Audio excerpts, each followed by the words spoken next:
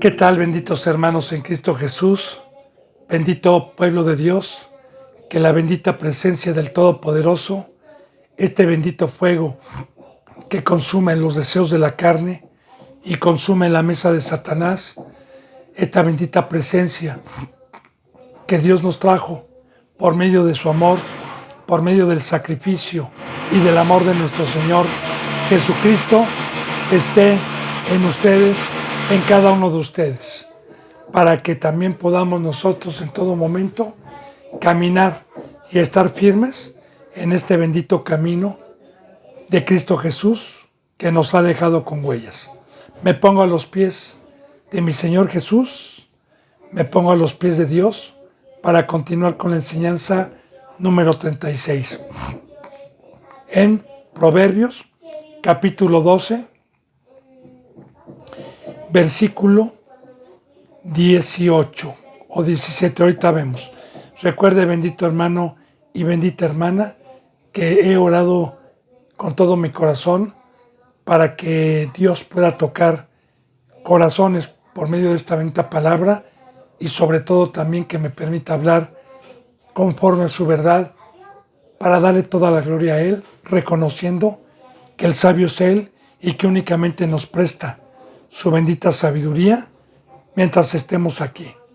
Bueno, en el 17 dice la bendita palabra de Dios. El que habla verdad declara justicia. Es muy importante, bendito hermano y bendita hermana, porque primeramente para hablar verdad se necesita ser justo, no como los fariseos, cuando Cristo Jesús les decía: hipócritas, ustedes ponen cargas, pero no las llevan. Los fariseos, el primer pueblo de Dios, como un ejemplo profético de lo que iba a venir de algunas iglesias, no digo de todas, usan la bendita palabra para predicarla conforme es, no profundamente, pero los que dan la palabra de verdad no la declaran con justicia, no la declaran con hechos. Yo le ponía algún ejemplo alguna vez. Si un padre me quiere educar para que yo sea ordenado desde que soy chico y dejar mi cuarto ordenado, no fumar y hacer hábitos sanos, él me debe de poner el ejemplo. Un buen padre pone el ejemplo a un hijo, con amor, con obra, para imitarlo. De igual manera, el que habla verdad está declarando justicia. Y también el que habla la verdad está exhortando, está amonestando, está redarguyendo a que cumplan la bendita palabra de Dios. Porque para eso nos dejó Dios a los verdaderos representantes. Para eso Dios habita dentro de los cuerpos, para estar exhortando, amonestando, hablando verdad y declarando que sean justos, declarando que cumplan con el pacto. Más testigo mentiroso, más el testigo mentiroso habla engaño, no habla verdad, no habla justicia. Es como yo le he dicho, alguno de muchos ejemplos. Tú ya eres salvo, hermano. No te preocupes. Dios vino por pecadores. Cristo Jesús vino por pecadores. Salte de esa iglesia legalista. Salte de esa iglesia extremista, enojona. Y engañan diciendo que la salvación no se pierde. Engañan diciendo que están en la verdad, engañan diciendo que ya tienen la salvación, que van a ir a la vida eterna, que tienen a Dios, que son hijos del Rey, y los tienen engañados con un velo. Porque recuerde, la palabra engañar es afirmar algo que no sea cierto y hacerle creer a la persona que tiene algo que no es cierto. Yo le he hablado mucho del engaño. Uno de los muchos ejemplos que le he puesto, ¿verdad? Yo voy a comprar una botella de perfume Ayer le ponía el ejemplo antier, ¿verdad? Suizo, caro, y me venden el envase original, el sello original, pero con el perfume adulterado, y la persona que me lo vende me perjura y me jura que es original, sabiendo que no es original. Me engañó. Y recordemos, bendito hermano y bendita hermana, que este fruto lo tiene el adversario de Cristo Jesús, porque el que engaña es Satanás y todos sus seguidores. Y recordemos, para tener este fruto, no se le olvide que yo le voy a estar repite y repite, se necesita haberme bajado de la cruz, se necesita haberme entregado voluntariamente a un mandamiento contrario al que Cristo Jesús me dio, usar un razonamiento propio que me acomodó y me gustó más que el de la cruz, que el de sacrificio, y me engañaron y lo hice en automático, paso a ser pueblo de las tinieblas. Dice en el versículo 18, hay hombres cuyas palabras son como golpes de espada. Y hablando otra vez, bendito hermano y bendita hermana, de los hijos del diablo. Recordemos que hay dos sabidurías, dos señores, dos reyes, dos espadas. Simbólicamente estamos en una guerra, simbólicamente tenemos una armadura espiritual, simbólicamente tanto los hijos del adversario como los hijos de Dios tenemos espada, pero las espadas del engaño, las espadas de la mentira, que es el lenguaje terrenal de prosperidad, del engaño del diablo, ¿sí? Son como golpes de espada, simbólicamente, porque la espada que es de Dios viene a sanar, es medicinal, viene para arrepentirme, viene para protegerme de esa espada que mata, de esa espada que hiere, que es la de Satanás.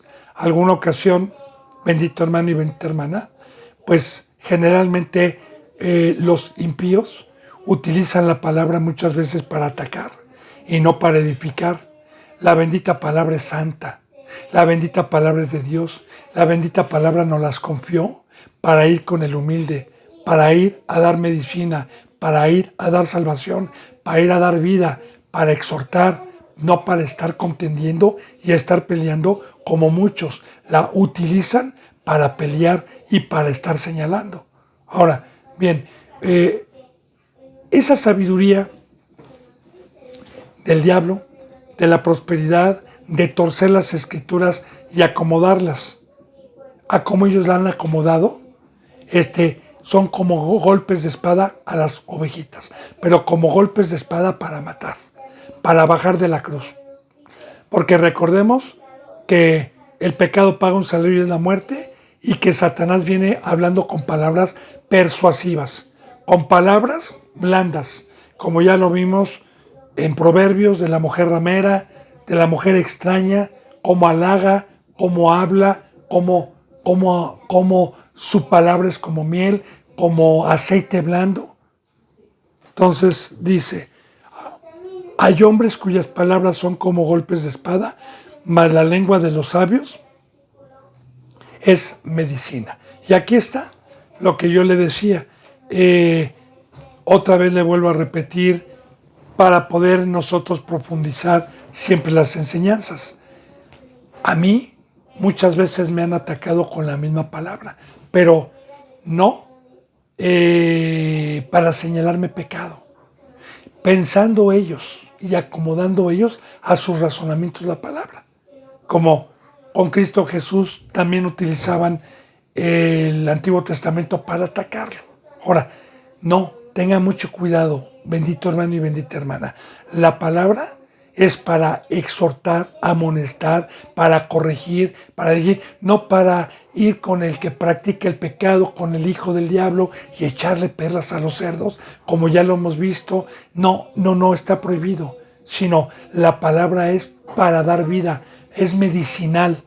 Y sí, es muy importante que la lengua de los sabios es medicina, porque el que tiene esta bendita palabra en el corazón, el que tiene el ministerio de Dios, el que tiene la presencia de Dios, esta bendita palabra nos saca de la enfermedad que es el mundo, de la codicia, que es una enfermedad, de la avaricia, del odio, de la carnalidad, de la mundanalidad, de todo lo que Satanás trajo. Es una enfermedad, es un agobio, es una congoja. Recordemos que Dios nos pone un ejemplo para poder entender cuando el pueblo estuvo esclavizado durante 430 años en Egipto. Vivían una congoja, enfermedades, azotes. Entonces, esta bendita palabra nos libra, primeramente con el primer mensaje, que es el Evangelio. Y una vez que la ovejita es rescatada de la esclavitud, del yugo de Satanás, entonces vamos sanándole el daño que viene con esa vida que llevó. Se le va sanando. Con este medicamento va adquiriendo un medicamento con la lengua de los sabios para ir transformando Dios su corazón hasta tener un corazón nuevo. Pero eso solamente es posible, bendito hermano y bendita hermana, con la lengua de un sabio. Y recordemos, un sabio no es para darle gloria, no es para aplaudirle, no. Un sabio es porque temió, porque tomó la cruz, porque practicó los mandamientos, y la bendición de Dios es que a ellos les pondría la palabra en el corazón. Dice en el 19, el labio veraz permanece para siempre. Como le he vuelto a repetir, nosotros o somos instrumentos de la verdad o somos instrumentos de la mentira. No hay para más, hermano y hermana, ¿eh? No hay para más. Ahora, vuelvo a repetir, para poder ser el verbo veraz, para poder tener el Espíritu Santo, para poder tener a Cristo Jesús, para poder tener esta bendita palabra, ya hemos mucho en Proverbios, ya hemos visto mucho a los que han dado un seguimiento. Digo, primeramente necesité estimarlo todo como basura y tomar mi cruz para hacer o tener el privilegio de ser un discípulo, de ser un alumno de Cristo. Y una vez que permanecí como el pámpano en la vid o como la rama en el árbol, y la raíz me sustentó y dio un crecimiento por años, entonces es el labio veraz. El labio veraz, el labio que está siendo un instrumento para lo que Dios nos mandó, porque así lo dijo también Cristo Jesús. Cuando venga el Espíritu, Él dará testimonio. Ahí está el labio veraz. Él dará testimonio acerca de mí. Entonces, el labio veraz siempre está hablando de Cristo, del camino a seguir, del ejemplo de Dios y de la verdad. Y todos los que han pagado el precio, todos los que han tomado su cruz, todos los que con temor se conducen, siendo instrumentos de Dios, permanecen. Aquí está la vida eterna. Fíjese bien, el labio veraz permanece por siempre. Recuerde, bendito hermano y bendita hermana, el día que tuve el privilegio de que Dios me mandó llamar de los muertos, de las tinieblas, y me resucitó por medio de nuestro Señor Jesucristo, me dijo muy claramente, cuida tu vida, porque el pecado paga un salario y es la muerte. Y yo te prometo, hijo, que si tú cuidas tu vida, que si tú cuidas el depósito que te estoy dando el día de hoy, que es mi presencia, y tú te diriges con temor y con temblor, eres eterno, hijo. Porque cuando yo venga a pedir cuentas a los seres humanos, vengo por todo aquel que esté sellado, que tenga mi bendita presencia. Porque tener mi presencia es tener la vida y no ir a la segunda muerte. Cuida ese depósito, hijo. Entonces, el que está hablando todos los días con veracidad, claro que está en la cruz, claro que está amando a Dios, claro que está apartado del mundo, y aquí está la bendición. Permanece para siempre, mas la lengua mentirosa solo permanecerá por un momento. Y aquí está. ¿Qué momento está hablando? El tiempo que esté en el planeta Tierra. ¿Y cómo cataloga Dios esta vida en el cuerpo humano que ha dado a los hombres? Como humo, como un momento, como un segundo a comparación de la eternidad. Porque ¿cómo vamos a poder comparar 70, 80 años que un impío pueda vivir a millones y millones de años? O sea, pone muchos simbolismos Dios. También pone el simbolismo del humo, pone el simbolismo de la hierba, que en verano está y luego desaparece en invierno. O sea, pone muchos ejemplos para temer y para aprovechar bien el tiempo mientras estemos en este cuerpo humano. Y la vida eterna es el amar a Dios y el amar al prójimo, el dar testimonio veraz, el haber trabajado como ya lo hemos visto. Entonces esa es la vida eterna. Pero la lengua mentirosa, los que se bajaron de la cruz, los que les gustó más que les rascaran el oído, los que les gustó más el tema de la prosperidad, el tema del mundo, la comodidad, y despreciaron la cruz y despreciaron el padecer juntamente con Cristo Jesús, bueno, solo permanecerá por un momento. Palabra de Dios. Versículo 20. Engaño hay en el corazón de los que piensan el mal. En Romanos capítulo 8 nos hace una alegoría del cristiano carnal, terrenal, y del cristiano espiritual. Y nos dice que los que son de la carne, los que se bajan de la cruz, los que en automático se convirtieron, después de ser seres espirituales, en seres carnales por el pecado, entonces están pensando en las cosas de abajo, en las cosas del diablo.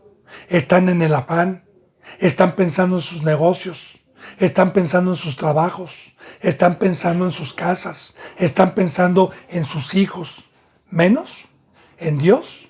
Yo no quiero decirle que un cristiano verdadero no piensa en sus hijos, pero un cristiano verdadero no tiene un hijo. Tiene muchos hijos espirituales. Y las dádivas son por igual. Yo, por ejemplo, como siervo, ni le doy más a mi hijo de carne y espiritual que a un hermano o a una hermana espiritual. Me refiero a las cosas espirituales. La preocupación es la misma porque proviene de Dios. Entonces, los que están pensando en el mal, vuelvo a repetir, son los carnales. Y pongo de ejemplo, para concordar, Romanos capítulo 8 dice, los que son de la carne piensan en las cosas de la carne y no pueden agradar a Dios, ni pueden tener amistad con Dios. De hecho, es una alegoría con varios versículos. Bien, entonces, estos son los que piensan en el mal. Ahora, engaño hay en el corazón de los que piensan en el mal. Ahora, engaño, fíjense, ¿engaño de quién? Del diablo, de una congregación falsa, de cristianos falsos. ¿Y de qué corazón está hablando? Recuerde, cada que Dios toca la palabra corazón, simboliza el estar dando mi vida al mundo o el estar dando mi vida a Dios. Recuerde que el corazón es un órgano en el cuerpo humano principal que bombea mi sangre, que la sangre representa mi vida para que mi cuerpo tenga vida. Pero imagínense que mi corazón, en vez de estar bombeando la sangre a este cuerpo que es mío, la esté bombeando para otras personas o para algún animal y mi corazón desvíe 1 litro, 2 litros para otro lado, pues obviamente me voy a morir. Entonces, el corazón donde hay engaño es donde les dicen no a la cruz, no es cierto, eso es legalismo, no es cierto, eso es exagerado, no es cierto, y hablan de la mesa del diablo, de las riquezas temporales, y engañan, y con esas prédicas dan sus vidas, como le he puesto el ejemplo yo día con día, porque eso es lo que estamos tocando. ¿Cuánto tiempo usted está en el mundo y cuánto tiempo está en las cosas de Dios. Bueno, entonces, ahí está el corazón. Yo le puedo dar testimonio para la gloria de Dios que mi corazón en todo momento está en la obra de Dios, con mis hermanos en Cristo Jesús, todos los días, todo el tiempo, todas las horas, los 365 días del año. Bueno, entonces dice, engaño hay en el corazón de los que piensan mal, ahí está ya, nuevamente, pero alegría en el de los que piensan bien. Ahora, de igual manera, lo dice también en Romanos, los que son de la carne piensan en las cosas de la carne, pero los que son del Espíritu piensan en las cosas del Espíritu. Como yo ya le dije y le he puesto ejemplos, porque Dios nos habla en Proverbios de muchas maneras para llevarnos a lo mismo. Un hijo, yo tengo 2 hijos, ya le dije, yo tengo una empresa, ya soy viejo. A mí me preocupa dejar todo mi trabajo y toda mi empresa que deja bastante dinero y que mantiene, no sé, a 200 empleados, da trabajo a 200 empleados, y un hijo que tiene 19 y el otro que tiene 18, el de 18 está pensando en todo momento en los negocios que tengo, pero el de 19 está pensando en el reventón, está pensando en sus fiestas, está pensando en sus chicas, está pensando en sus coches, porque le he comprado, ¿no? Está pensando en él, egocéntricamente, no en los negocios para un futuro. Así yo le pongo ejemplos, le pongo parábolas. Ahora, el que piensa el bien, el corazón que piensa el bien, está preocupado por los negocios del Padre. Está preocupado por ir a llevar el Evangelio, por tener misericordia. Está preocupado por apacentar a las ovejitas. Está preocupado por arar el campo que Dios nos ha dejado. Está preocupado está pensando en no hacer mal. Está pensando siempre en la obra de Dios, en los negocios que el Padre nos encomendó. Ahí están los 2 corazones. Ahora, vuelvo a repetir, yo peco, en automático me convierto en carne, en automático pienso en las cosas del mundo, aunque yo quiera pensar en las cosas del bien, no puedo porque es una ley. El creador de los cielos y de la tierra lo dice. Hay muchos que dicen, a mí no me va a pasar eso, yo nunca voy a pensar lo contrario. No está en nosotros. Nosotros somos instrumentos nada más. Somos el sartén y que Dios tiene en la mano. Él aplica su ley que está escrita. Entonces, yo peco, a mí también me va a pasar lo mismo. Yo peco, yo me descuido, yo me bajo de la cruz por alguna seducción, por algún engaño o por amar más al hombre que a Cristo Jesús y me dejo engañar. A mí también me va a pasar. Bendito hermano y bendita hermana. También voy a pensar en el mundo. También voy a ser otro de la puerta ancha, engañado por Satanás. Entonces, pero alegría hay en el hombre o en los cristianos, de los que están pensando y de los que se levantan todos los días con la mente de Cristo Jesús, con la inteligencia de ir a trabajar en el campo, de ir a amar a Dios y amar al prójimo todos los días. Bien. Dice en el 21, ninguna adversidad acontecerá al justo. También lo podemos concordar con Primera de Juan, en donde nos dice que el que ha sido engendrado por Dios no practica el pecado y el maligno no le puede tocar. Ninguna adversidad.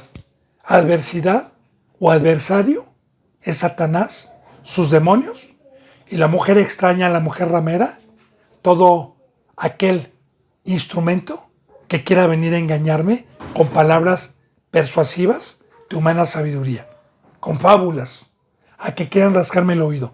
Ahora, ninguna adversidad acontecerá al que no practique el pecado, al que no está volteando para atrás. ¿Por qué?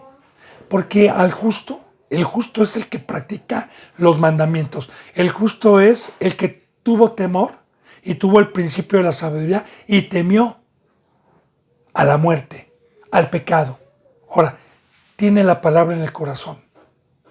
Y cuando viene Satanás o cuando viene algún instrumento del diablo a querernos engañar, no me acontecerá ningún mal con sus adversarios, porque mi palabra va a estar en el corazón y la palabra es vida. Ninguna adversidad acontecerá al justo.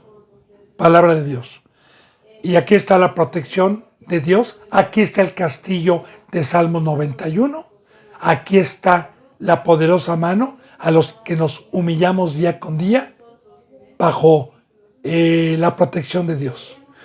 No, fíjese bien, cuántas veces he escuchado ustedes y declaramos en el nombre de Jesús que no nos va a tocar el maligno y Satanás está bajo los pies, machácalo, machácalo, machácalo, y están como loquitos pidiendo y declarando, y declaramos que esto es cierto, no te va a poder tocar ningún mal. Perdóneme, hermano y hermana, eso es una farsa, un circo, un engaño del diablo. Un verdadero siervo le dice a su ovejita: ponte la armadura para que puedas estar firmes en el día malo. No es por una oración, no, es por una acción. Ponte la armadura, ponte y toma el escudo de la fe. Y no es por una oración, no, es personal. Porque si usted no tiene fe, no tiene el escudo para poder parar los golpes de las espadas, de las iglesias de Satanás. Toma el escudo de la fe. Y la fe es creer que puedo estar en la cruz. Creer que puedo caminar en el mar. Creer que puedo estimar todo como basura. Creer que puedo tener la imagen perfecta. Toma la armadura de la fe. Toma el yelmo, la coraza de la justicia. Y ahí está. No, declaramos que ya eres. No. Toma. ¿Y cuál es la coraza de la justicia? Lo que se ponía de aquí, de los hombros abajo. Y que eso te va a proteger. Pero tienes que ser justo. Porque simbólicamente la coraza es no practicar el pecado, es practicar la verdad. Entonces te va a proteger de la espada del adversario, de las flechas incendiarias del adversario.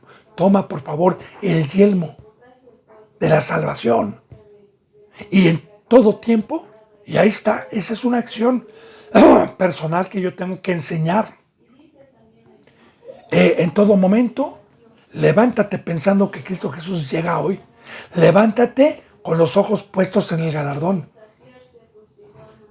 Ese es el yelmo, para que no, por un cacahuete japonés que ofrece el adversario, cambies las riquezas y la gloria y la esperanza de la vida eterna. Entonces, el yelmo es levantarme todos los días pensando en la vida eterna, pensando en un juicio, pensando en que hay lago de fuego y vida eterna. Toma también el calzado del evangelio, la misericordia, el trabajar en la obra de Dios, para que puedas resistir el día malo. Y toma la espada de verdad, para que puedas resistir el día malo. Entonces, no es estar orando y declaramos y levantemos oración, hermanos, y oremos por fulanita y por fulanito para que no le toque el mal. Falso, mentira. Un representante debe de enseñarle a la ovejita, y la ovejita, ahí está el libre albedrío, decide si llevarse las maldiciones o las bendiciones. Por eso, ninguna adversidad acontecerá al justo, al que practica la verdad, ¿sí? Mas los impíos serán colmados de males. Y efectivamente, imagínense nada más. Si no tomo la coraza, si no tomo el escudo, si no tomo el yelmo, si no tomo el calzado y quiero salir a la guerra, a la primera me matan. A la primera estoy muerto. Así hay muchos. Están colmados de males. Así como el pueblo que salió de Egipto extrañaba la carne, extrañaba la comida de Egipto. Dios los colmó y mandó traer una parvada de codornices y los colmó. Y aún tenían la carne de sus dientes, dice la palabra, cuando los derribó. Entonces, ¿quieres el mundo? ¿Quieres la mesa del diablo? Tenemos libre albedrío. Está la puerta ancha y está la puerta angosta. Hay dos caminos. Cada uno decide si quiere ser colmado de las riquezas temporales, del poder y de la fama, o bien tomar la cruz y padecer por fe para ir a la vida eterna. Entonces, los impíos serán colmados de males. Ahí los deja Dios en el mundo. Ahí los deja Dios con las maldiciones del diablo, engañados. Dice, los labios mentirosos son abominación para Jehová. Bendito hermano y bendita hermana, así como hay dos señores, Satanás, Dios y Cristo, también hay dos, recuerde, hay dos sabidurías. La del mundo, que es una mentira y que la Biblia la cataloga como una fábula, y la verdad. ¿Y por qué la cataloga como una fábula? Según el Nuevo Testamento, dice que estos se vuelven a puras fábulas, porque todo lo que es mentira es algo que no existe. Una fábula es, por ejemplo, la película de Harry Potter, que yo no veo películas de ese tipo, las vi en su momento, antes de ser cristiano, como las películas de Alicia en el País de las Maravillas, como la película de unicornios. No es real, son fábulas, son cuentos. De igual manera, la sabiduría del diablo es un engaño, es un cuento, no es verdad, es un engaño. Y Cristo Jesús dijo muy claramente, yo soy la verdad, todo el que cree en mí tendrá vida. Yo soy el verbo que ha descendido, yo soy la verdad. Entonces, los labios mentirosos, los que están testificando, como ya lo hemos visto, de cosas que no han visto y asegurando un camino y engañando a la gente con fábulas y diciéndoles que esa es la verdad, bueno, ya están hechos a un lado, porque la palabra abominación es que no soportar algo. Yo le ponía un ejemplo alguna vez de las cucarachas. Yo las llegué a abominar. O sea, me dieron asco. No es que les tenga miedo, no es que les... No. Una abominación de tantos años que viví en un lugar con cucarachas. No las soporto, no las aguanto.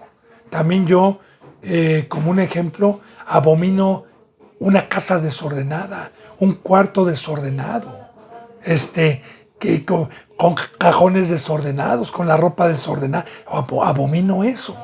¿Bien? Ahora, lo hago a un lado. De igual manera, abominaciones que Dios se aparta de ese lugar, de esas congregaciones, de ese tipo de cristianos. Entonces, los labios mentirosos son abominación a Jehová. Y de esos, bendito hermano y bendita hermana, hay muchos. Pero los que hacen verdad son su contentamiento. No es abominación.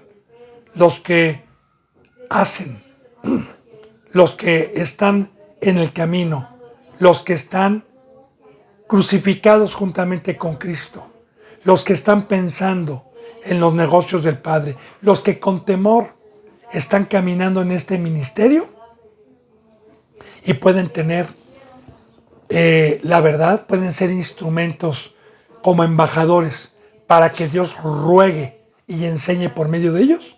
Bueno, ese es el contentamiento. Esos son los amigos de Dios.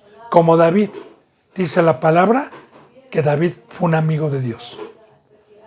Dice en el 23, el hombre cuerdo encubre su saber, mas el corazón de los necios publica necedad. Bueno, hay que entender bien este versículo.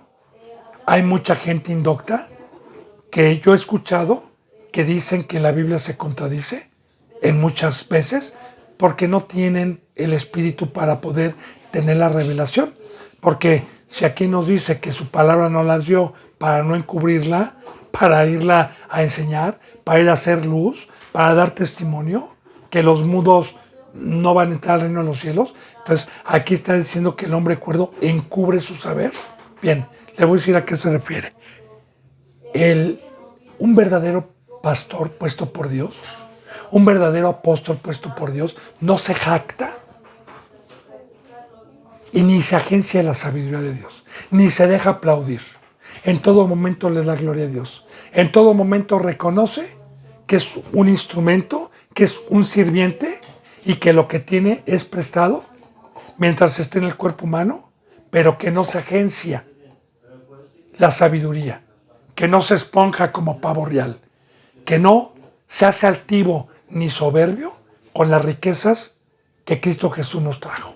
Entonces, el hombre sabio encubre su saber, no se está jactando, no está presumiendo que he leído la Biblia tantas veces, tengo tantos años de cristiano. No, el hombre que a veces da testimonio, como Dios me ha permitido aquí, de decir por una enseñanza que quizás toquemos en algún versículo y aprovechar porque no hay otro ejemplo que poner y decir, hermano, yo le testifico para gloria de Dios.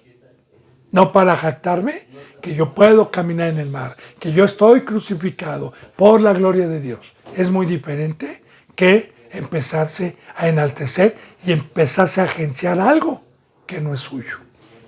Un ejemplo que yo ya le había puesto. Suponer que yo soy un empleado, un trabajador de una embajada, el limpiapisos, y se me permite llevarme un Rolls Royce cada fin de semana, un Mercedes-Benz, porque soy un empleado de confianza y me he ganado de mi jefe el ganarme una gracia. Y conozco a una muchacha y me dice, oye, qué bonito carro. Sí, gracias. Sí, claro, me costó, tengo negocios. Eso es encubrir que no es mío. Pero el no encubrir es decirle no es mío. Igual manera, el que encubre su saber es un hombre cuerdo. Mire, el hombre cuerdo, y también es muy importante, ¿quién es el hombre cuerdo? El que tiene la cabeza de Cristo. Ya hemos visto muchas citas bíblicas, en Proverbios también y el Nuevo Testamento, que cuando Dios nos quita al rey, nos quita la cabeza, quedamos trastornados, quedamos enloquecidos, quedamos sin cordura. Ahora, el hombre cuerdo, por lógica, si entendemos la palabra, no contricta, está sujeto al rey, está siendo manso, está diciendo amén, porque mientras uno sea cuerdo, es porque tenemos la riqueza de que Dios no nos quite a nuestro gobernante, a nuestro pastor, que es la cabeza. Ahora, este hombre encubre su saber, no se enaltece, no se exponja. Siempre está diciendo que el saber es de Dios y de Cristo. Y no anda presumiendo, ¿verdad? A ver quién sabe más. No anda enfrentando a gente para ver, conocer, sino enseña de acuerdo a las necesidades de las ovejitas y no anda presumiendo, ¿verdad? Y dime qué es la cruz, y dime qué es esto, a ver, y dime qué es el otro. No, hermano, no. Bueno, yo espero que entendamos con estos ejemplos que Dios me pone en el corazón. Dice en el 23, mas el corazón de los necios es lo contrario, publica necedad. ¿Qué es publicar necedad? Bueno, se agencian la sabiduría, que claro que no la tienen, se esponjan y por consiguiente tienen el fruto de predicar lo contrario a los mandamientos de Dios. Porque publicar necedad es hacer necio a alguien de los verdaderos mandamientos que Dios nos ha dejado. Como yo ya se lo he explicado y se lo he dicho muchas veces. Aunque tenga poca audiencia, no me importa porque Dios me va a pedir cuentas de lo que enseñe y de lo que diga. Y si hablo alguna mentira, alguna vez me va a pedir cuentas Dios. Entonces, estar publicando yo que usted puede ir a Egipto a trabajar, a hacer dinero y mandar a sus hijos a la escuela y hacer la vida que la mayoría de los cristianos hacen, es estar publicando necedad, porque Jesús nos compró, nos dio una cruz, nos hizo extranjeros y peregrinos para una preparación y para practicar el amar a Dios, el amar al prójimo en el tiempo que esté aquí en el planeta Tierra. Pero si yo empiezo a predicar lo contrario, como en la mayoría de las congregaciones, estoy publicando, como dijo Dios por medio de Pablo, pero por ahí lo digo llorando, dijo Pablo, que por ahí andan muchos que son enemigos de la cruz de Cristo y publican necedad al Evangelio y al camino que Cristo Jesús nos ha venido a dejar. Entonces, los labios mentirosos son abominación de el hombre cuerdo, más el corazón de la publica necedad. Versículo 24 dice: la mano de los diligentes señoreará. Ahora, punto y coma. Hoy te explico todo el versículo, pero siempre me detengo a la primera enseñanza, punto y coma.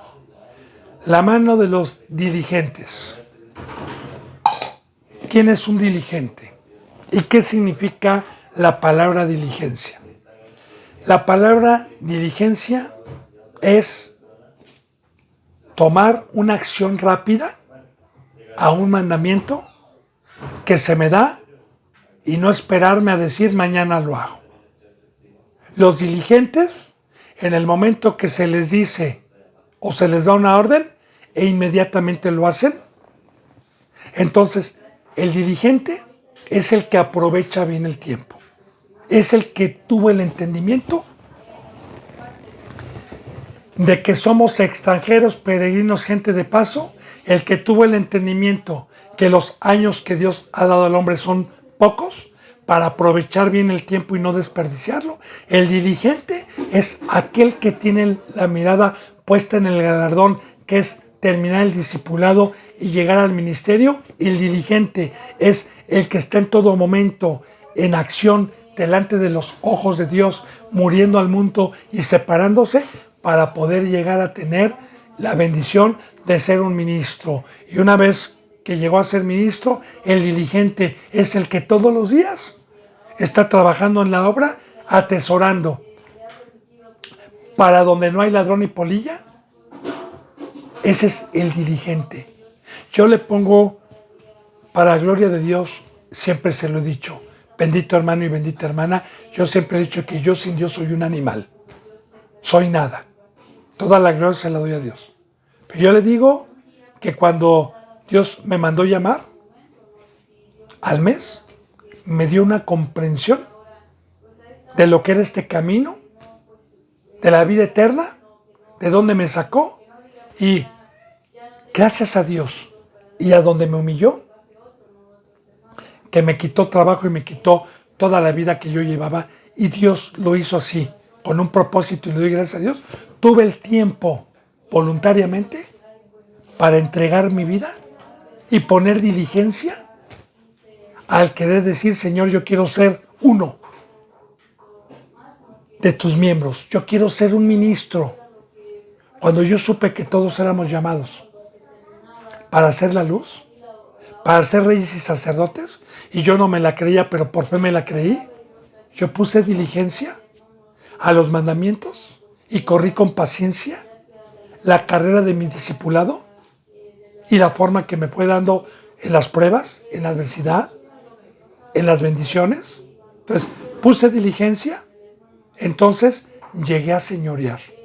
Porque este es el crecimiento, esta es la estatura en el nuevo pacto del varón perfecto. La estatura en donde cuando uno termina el discipulado, Dios No el hombre, no un diploma, no una escuela teológica como lo hacen hoy. No, Dios le da un señorío, que le da un don y lo hace cuerpo, lo hace miembro del cuerpo de Cristo. Y se puede volver apóstol de Dios o apóstol por Dios, pastor de Dios o por Dios, evangelista de Dios o por Dios, para Cristo Jesús. Y señorear, como dicen Hebreos, ¿verdad? Sujétense a sus representantes como quienes han de dar cuenta. El obispo tiene una jerarquía bíblicamente. La ovejita tiene el mandamiento de sujetarse a alguien que ha tenido un señorío puesto por Dios. Pero también la ovejita debe de saber que se debe de sujetar de acuerdo a cuál haya sido la conducta de ese representante. Así lo dice la palabra en Hebreos.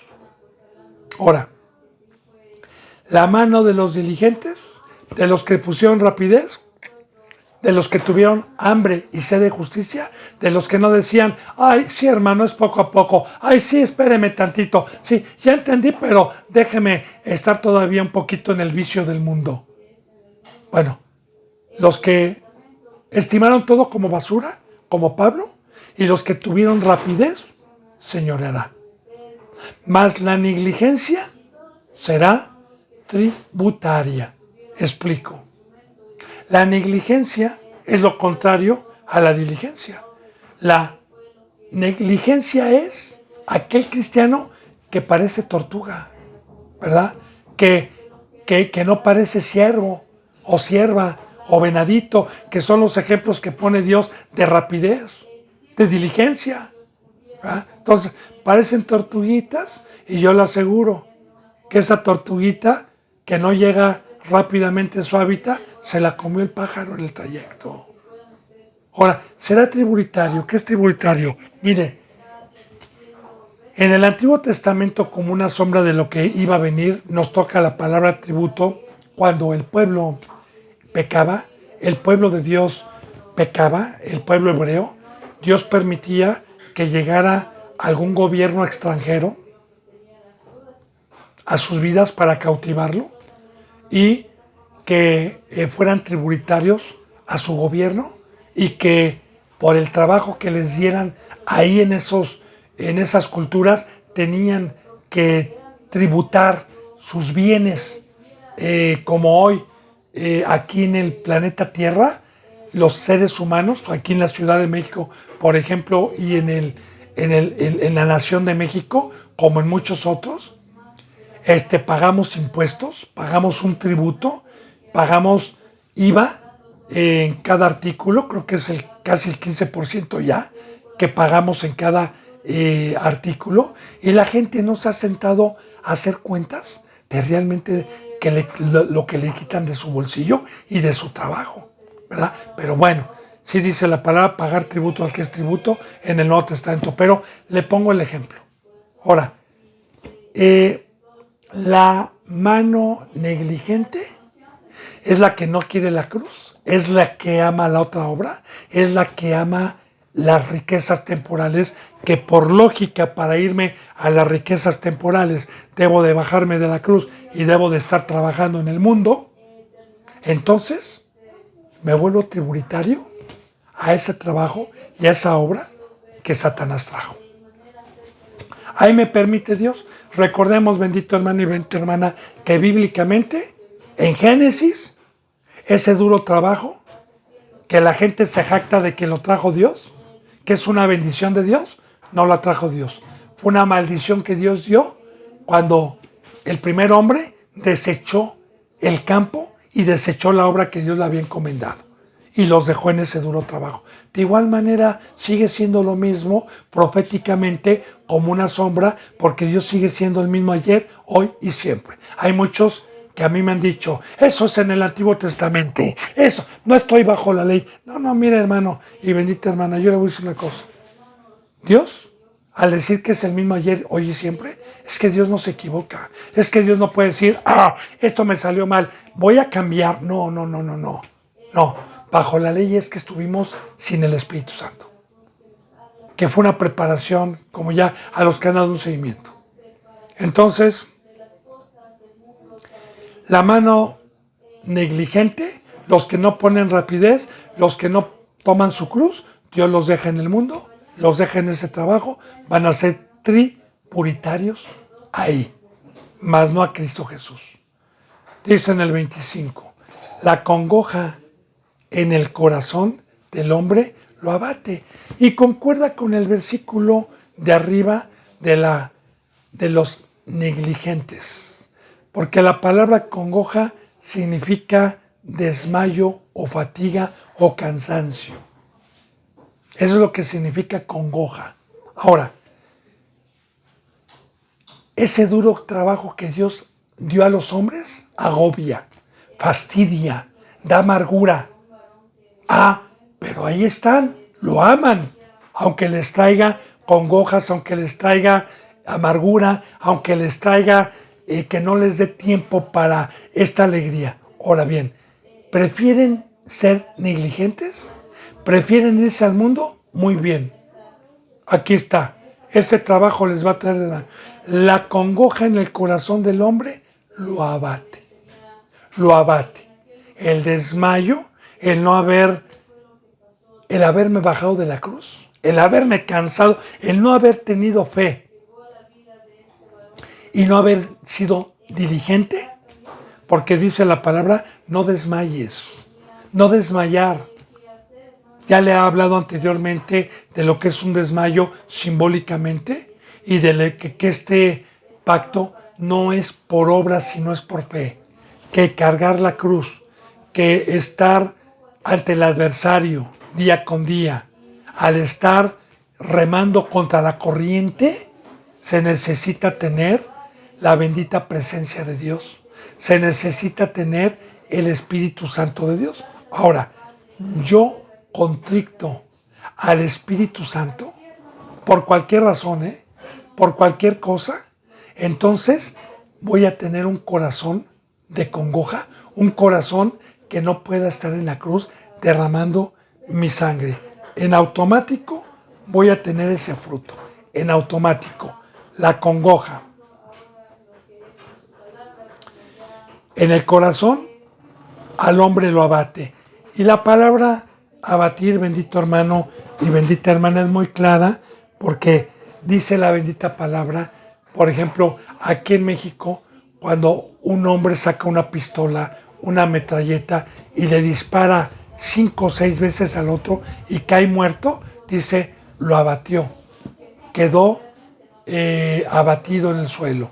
O cuando un boxeador noquea a alguien que ya no se puede levantar, de igual manera dice, quedó abatido. Entonces, es muy importante no contrictar al Espíritu Santo. Es muy importante mantenerlo y no entristecerlo. Porque si yo me bajo de la cruz, si yo no tengo fe, entonces mi corazón va a quedar acongojado, va a desmayar, se va a fatigar de este camino, porque ya le dije, no es por obras, sino por fe.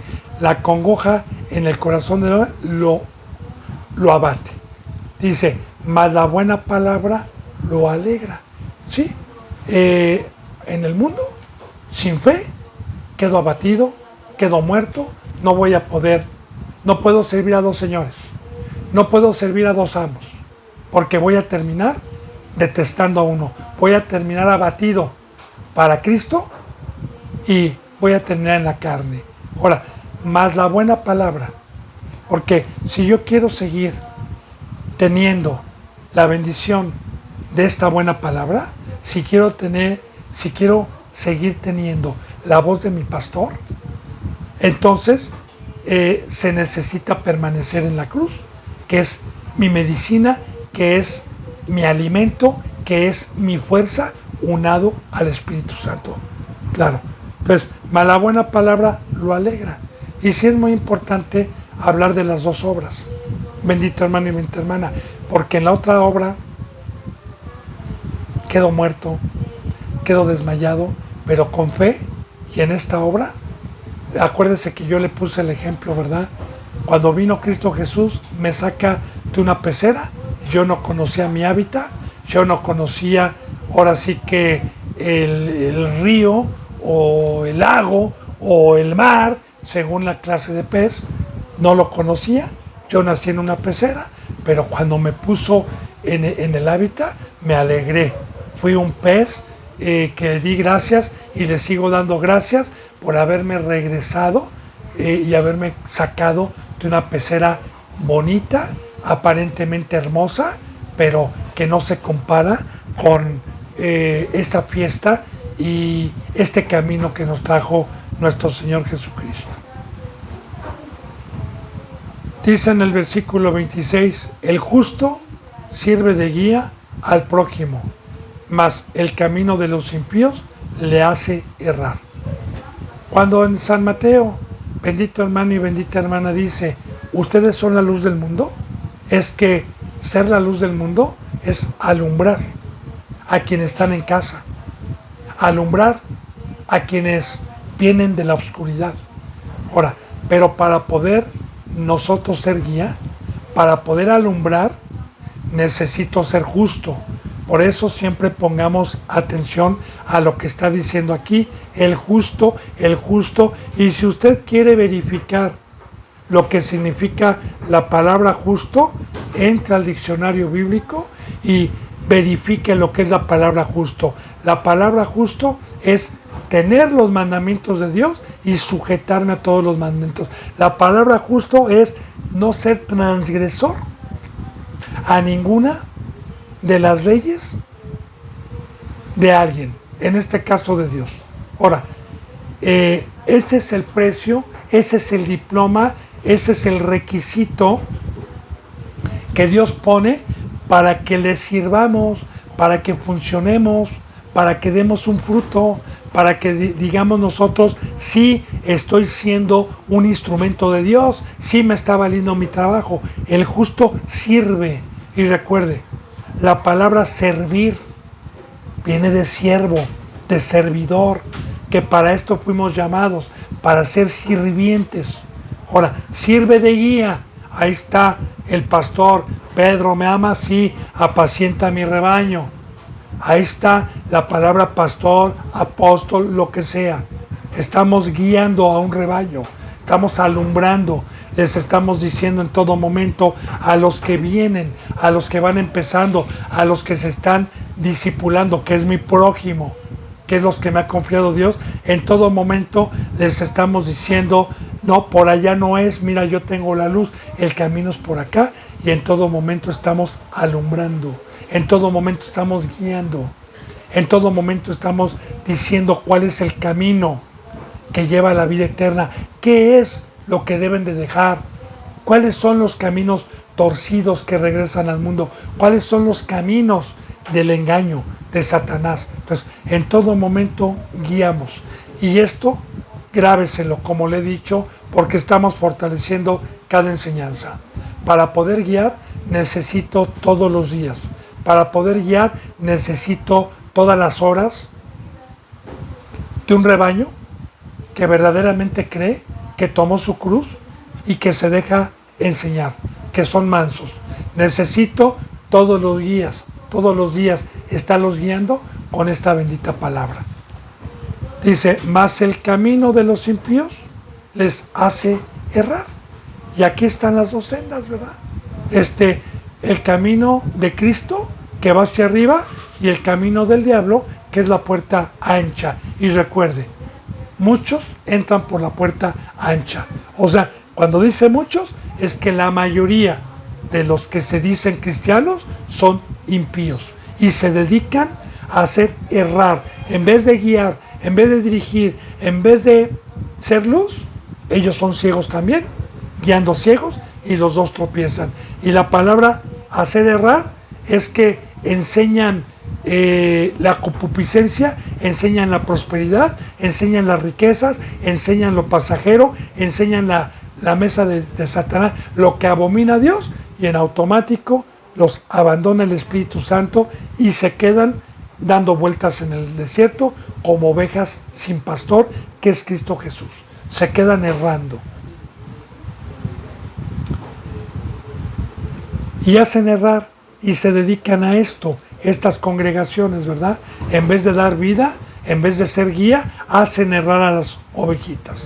Ahora, el indolente ni aún asará lo que ha cazado, pero haber precioso del hombre es la diligencia.